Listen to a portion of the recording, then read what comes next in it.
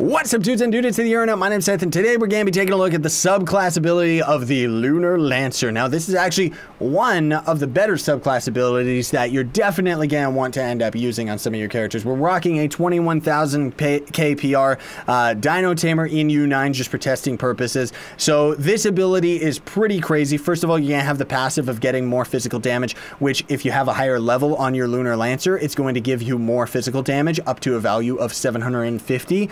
At least so long as level 30 is the maximum. And then the power rank is going to determine the actual ability itself. So chance during combat to transform and receive some of the power of the Lunar Lancer. Now, I don't think this description is supposed to be taken literally.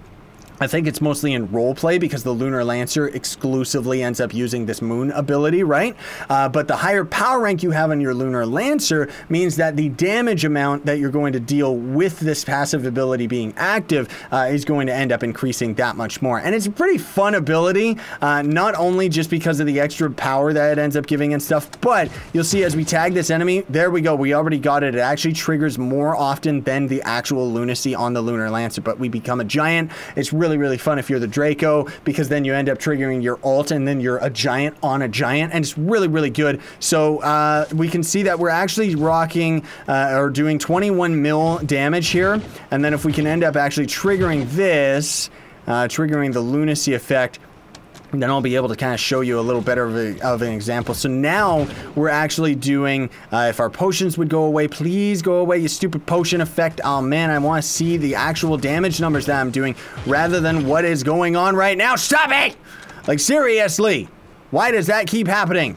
And of course, there's going to be an internal cooldown to the ability, which is unfortunate for testing. It's perfectly fine for dungeon farming though, right? It totally makes sense. So let's see if we can end up getting it to trigger over here. This is just the nature of the game though, folks, as it is a random chance to trigger. So now we're actually doing over a mil extra damage. We're doing 21,600,000. Or 66,000, and right there we were actually doing 22.8, so we're actually doing like maybe 1.2 mil extra damage. And again, that number is going to only end up increasing based on the power rank of our Lunar Lancer. So a very useful ability for sure, especially because of the fact that it triggers so often. And I think it could be very useful for the Shadow Hunter, especially because he's going to be able to take most advantage of that extra damage time just because his attack speed, you know, with the Class Gem ability. But I could also see this being very good for the Neon Ninja, and also just very good for every character. Even the Gunslinger would end up benefiting from just having extra passive damage by just having this thing going on, right? Except for the fact that it gives you the extra physical damage. So even for right now, we're rocking it on a magic character, so we're not seeing the full benefits of it, but it is still a very beautiful ability. You know, it's very funny, because look at this. Like, seriously, look at this. Don't you want this? Like, that is like the coolest subclass ability in the game. I love it.